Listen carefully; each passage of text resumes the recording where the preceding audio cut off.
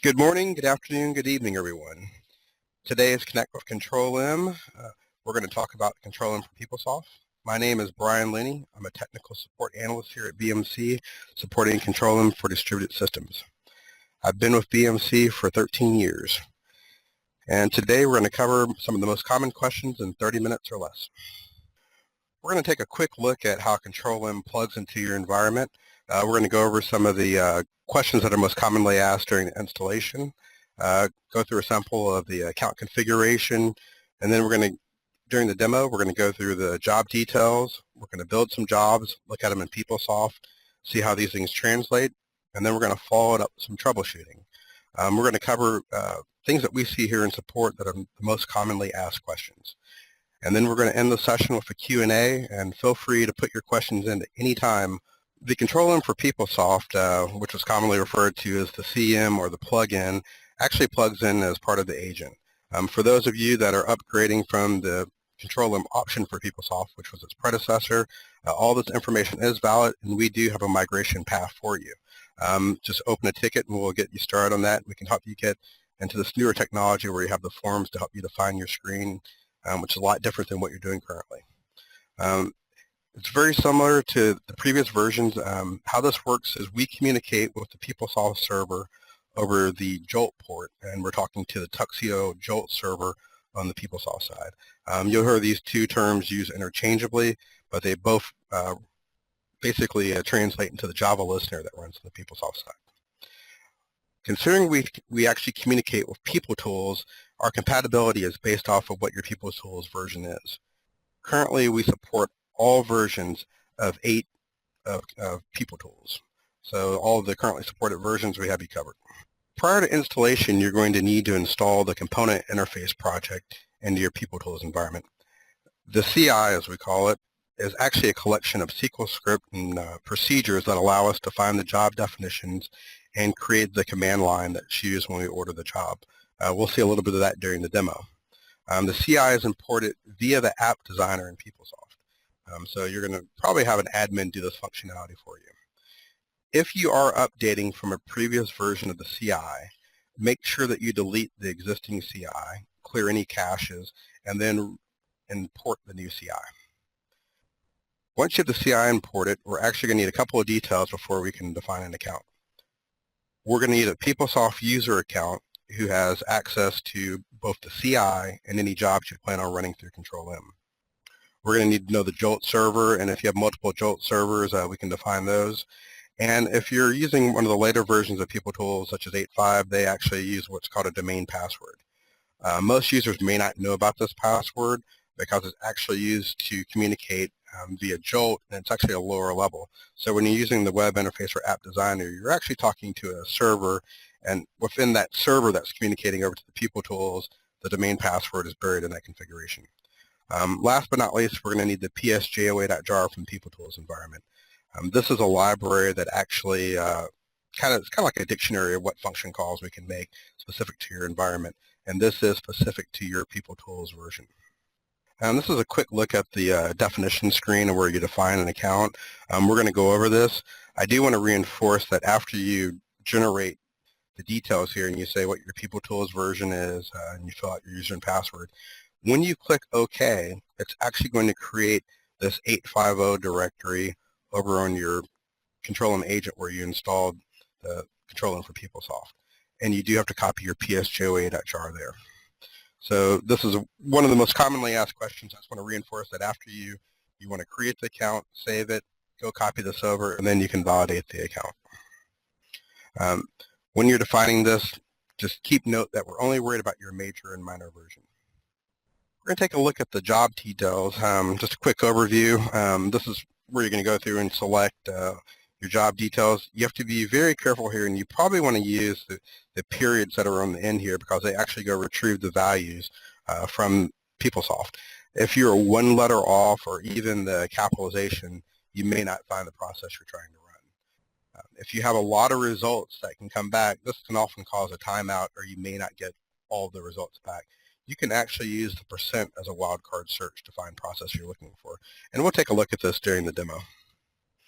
There's a couple of things that are a little bit different here from those of you who ran the previous version. Under the process name, there used to be a select and edit. You see 3 periods here. This brings up an additional dialog as well as advanced. We'll take a quick look at those. When you go into your process name, this is where you actually pick the process you're going to run. You select the output type, the format, and you specify your destinations. And this actually uses the Peoplesoft syntax of the identifier, the users, colon, then the user separated by a comma, then a semicolon for roles, and then they're separated by a comma. Remember that this functionality is handled by Peoplesoft. So even though you may see many options for the type and format, it's only what's applicable for the process that you've chosen. Bind variables this is how we communicate with Peoplesoft and pass additional information over. So this is where you'll see if you want to pass a date or something or previous jobs information, this is how you pass it. And these are actually brought in as an override option in PeopleTools. They're actually identified by using this control-M user def 1 through 20, which corresponds to the bind variable 1 through 20. Quick note here, which I'm going to reinforce during the presentation, is if you see that the identifier that's here, like in this case, there's an option CT, and if you see this is something like a sysdef.url, or you see some identifier that has a period in the middle, these are actually variables that are resolved by Peoplesoft. If you were going through the Peoplesoft scheduler, it would resolve these. Since we submit directly to the App Engine, you have to actually translate these and move them into Control-M and then pass them using the Control-M user def and the bind variables. So let's go ahead and take a look at the environment here.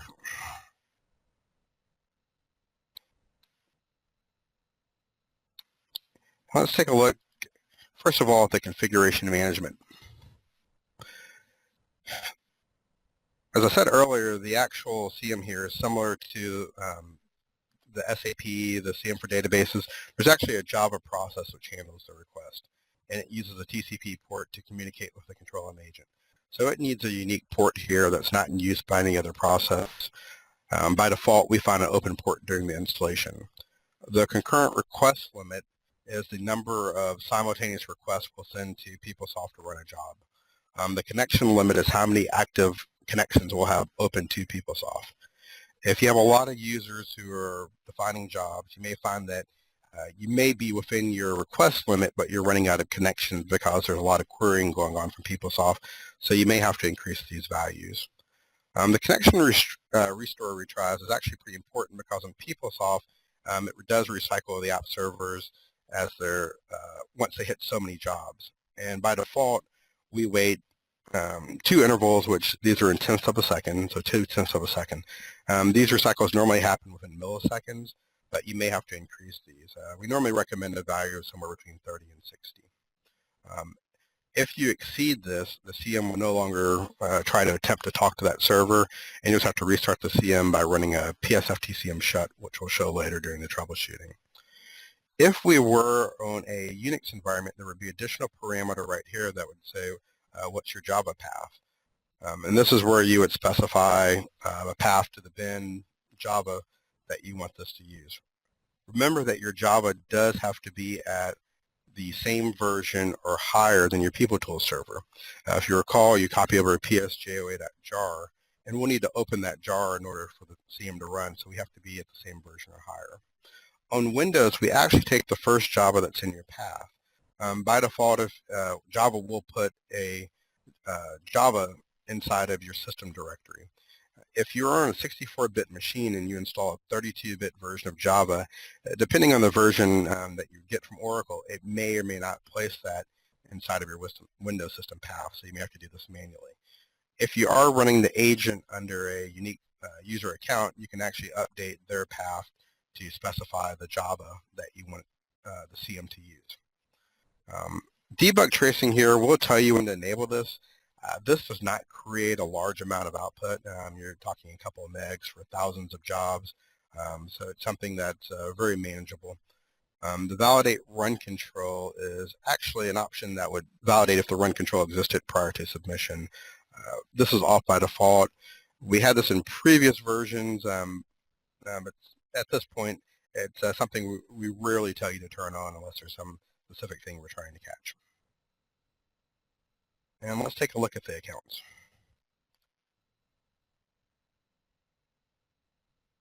So we're going to go check on this account right here. So when you define an account, you're going to pick any name. If you are upgrading from the option, it'll actually create the name for you. You pick your Peoplesoft version, and again, we're only looking for the major and minor number here, 8.50.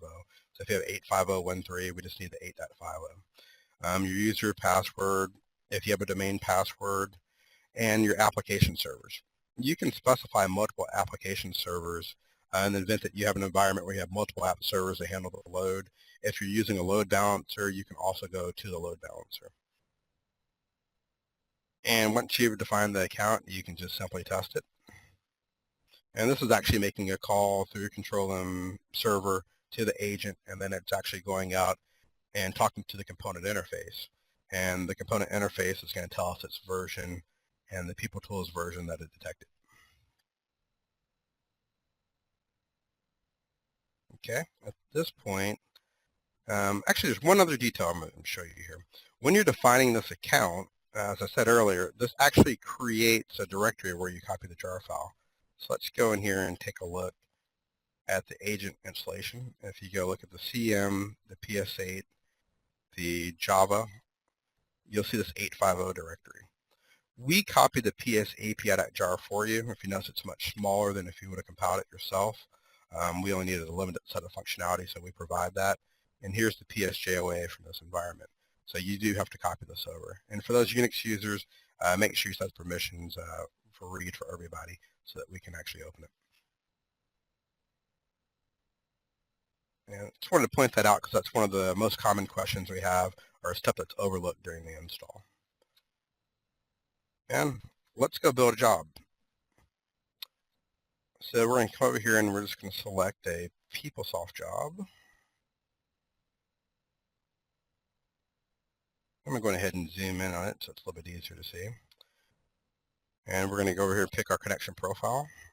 This is context sensitive, so it knows there was none on this host, so we'll go pick the node where we installed it. And in our environment, all of the processes are assigned under the VP1 account. So now we're going to go pick a run control. And for our demo today, we're going to use 1. Had we actually known that our run control started with 1, but we weren't sure what it was, we could actually just do a 1%.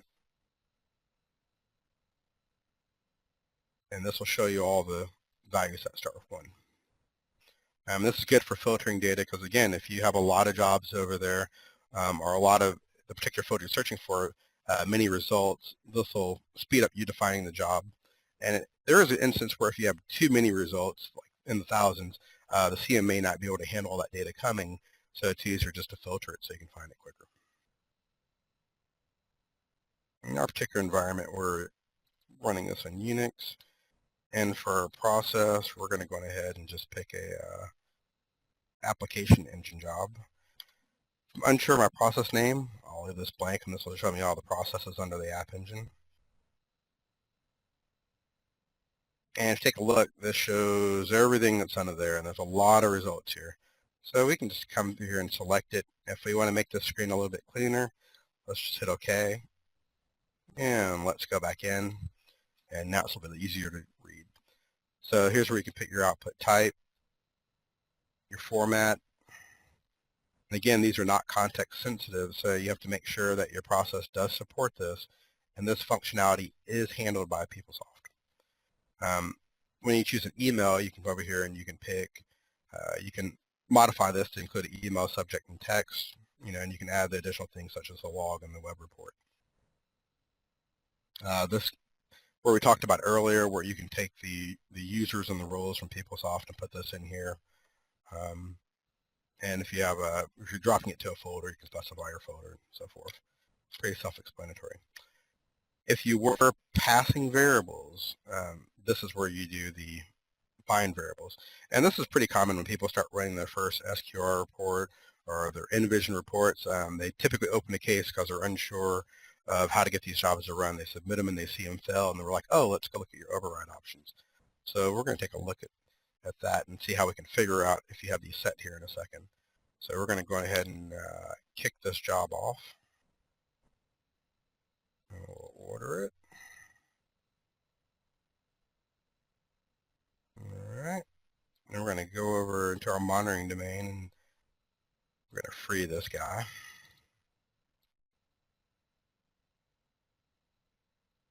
And while he's kicking off and running, we're going to go ahead and log into Peoplesoft.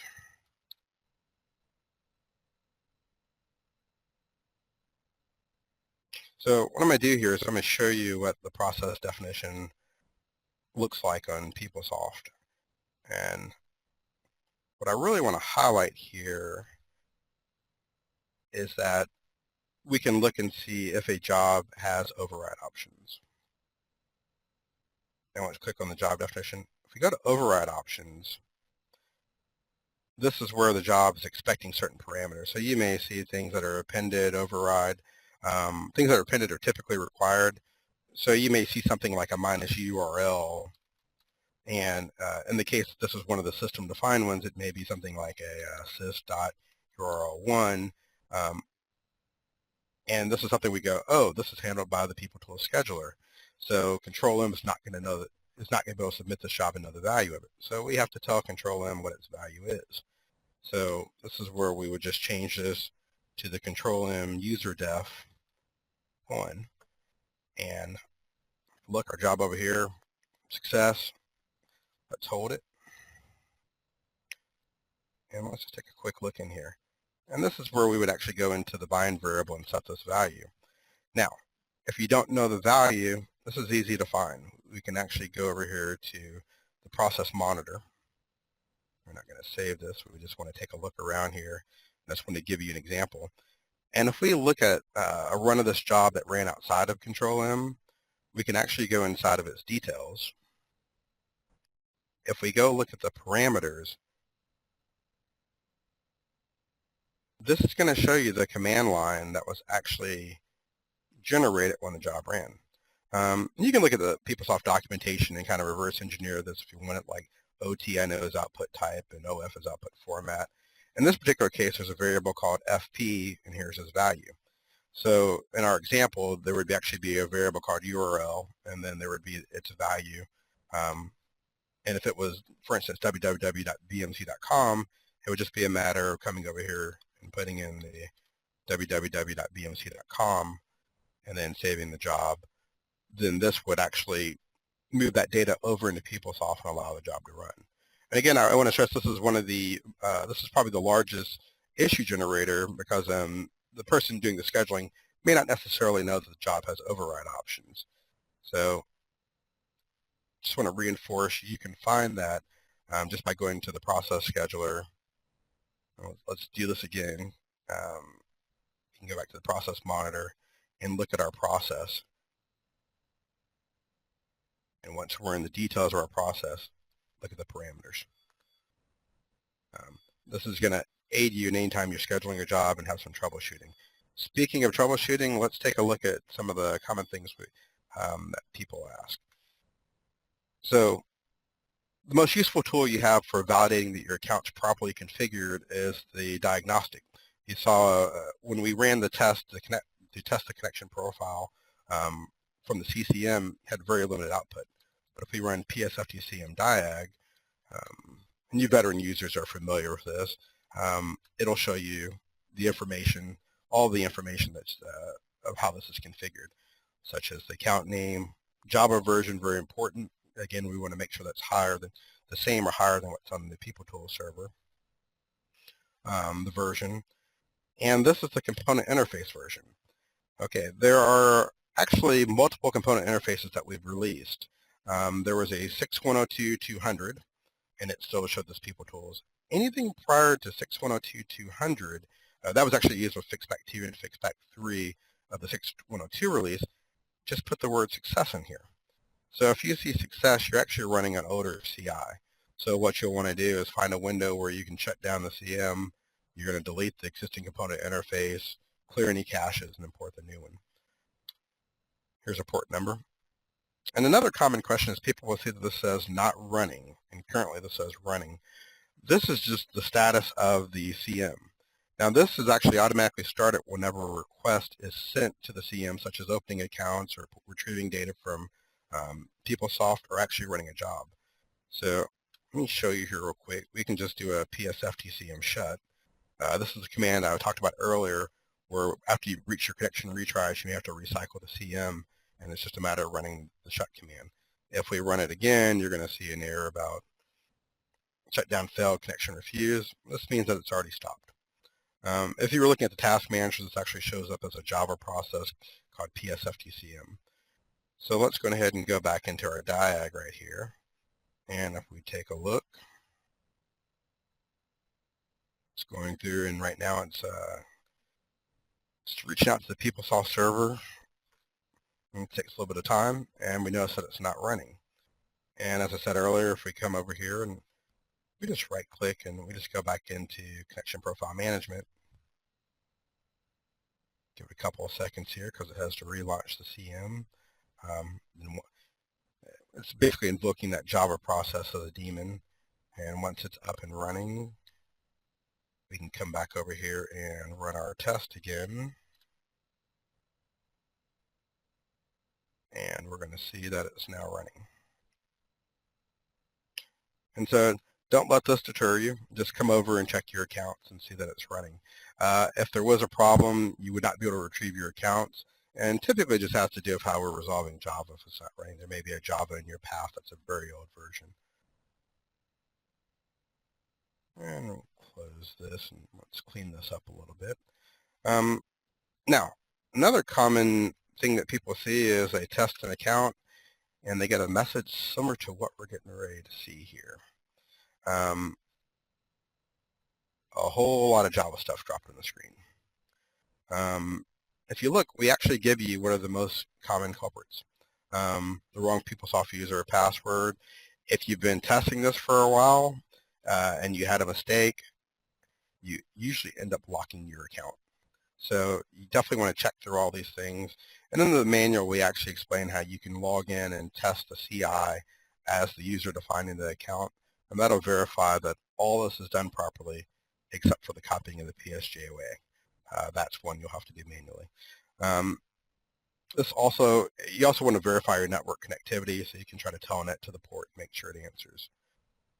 There's another message, I don't have an example here, but if you look, you'll see something like minor or major version not supported. This usually indicates that your Java version that you're using within the CM is a lower version than what the psjoa.jar was compiled with. So back to making sure your Java is at the same version or higher than your Peoplesoft. If you go with the latest version of Java, you typically can't go wrong. In this particular account, if you look, if you caught it earlier, report's wrong. So we're just going to come over here and go back into our CCM, and we're going to update the port.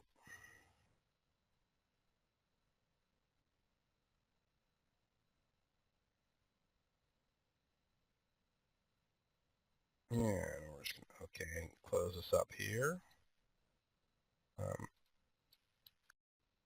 This utility only loads its accounts at startup, so we've got to run it real quick again. And when we test now, everything should be happy. There's also the ability to run this diagnostic from command line as well as a ping of the server from command line. This may be useful if you think you're experiencing sort of network connectivity problem or some sort of reliability in talking to Peoplesoft. So you can schedule this and run it as a job, and that way you can be alerted if there is a break in the connection. It just gives you a way to kind of track these over the course of time just by looking at how the job performed. And we're good to go here. So we saw where we updated the account to the CCM. One of the common questions people ask is, how do I move all of my accounts from one machine to the other? So we'll just dig through the directory structure here real quick. Again, we just went back into our agent, the CM and the PS8 directory. And underneath the Java directory, there's two directories in this particular instance. The data directory, this is the one that holds all your accounts. This is a XML formatted file. So you can actually take this and your version directories, and you can copy this over to the same version Peoplesoft, and now your accounts and everything is moved over. So you'd get all your version directories in your data directory. So in this example, just these two. If we had enabled diagnostic, those logs would be written to the proc log directory that's located here. Unfortunately, at this time, the data collector, if you're familiar with that, doesn't capture this. So when you do, if you do need to open a ticket, what we're going to ask you for is the proc log directory within the CM, and then the agent data collector. And we want to see the output from your PSFTCM diag. Like I said, this right here gives us a good capture of how things are configured in your environment. All right, at this point, we're going to go ahead and end the demo. For those of you who decide to download the presentation and add to your notes, we just put a quick little summary of the troubleshooting here of things we'd like to collect. We also like if this is a specific job, any job information such as its log and it sys out or its log on the submission. Also, make sure you have the latest version of the forms installed on your machine. When we released Workload Automation 8, we actually used the old form that was in the previous versions of EM, and then we added on the ability to use the new forms that look more like the rest of Workload Automation. There was a bug in those that was resolved in Fixpack 5, or there is a point patch available that gets you into the latest version, and that's actually on the website under the patches for the control room for Peoplesoft. And thank you for taking time out of your day to attend. I hope the information provided was useful. Again, we tried to construct this based off of the most commonly asked questions and where to get you up and running and get these jobs into your environment as quickly as possible. When this webinar is concluded, you'll get a survey. Please fill it out. That feedback is very important to us, and we read every one of them, and we look at how we can improve these webinars. We also want to see what your future topic requests are, because we do use those to construct our calendar of what events are coming. So next month's webinar is actually going to be about configuring Control-M EM Corba, and I believe that's being hosted by Ted Levitt. We encourage you to contribute and follow us on various social media sites such as Facebook and Twitter. Today's recording will also be available via iTunes and YouTube. That'll be out there in the next couple of days. You can also post any questions on the BMC communities at bmc.com. Select the communities. We'll be watching that for questions and following up. And at this point, let's start the Q&A session. So post any of your questions to the Q&A panel to the right. While we address your questions, I'm going to put a slide up here that has some of the most recent webinars, as well as the link to the YouTube videos and where you can find the iTunes recording.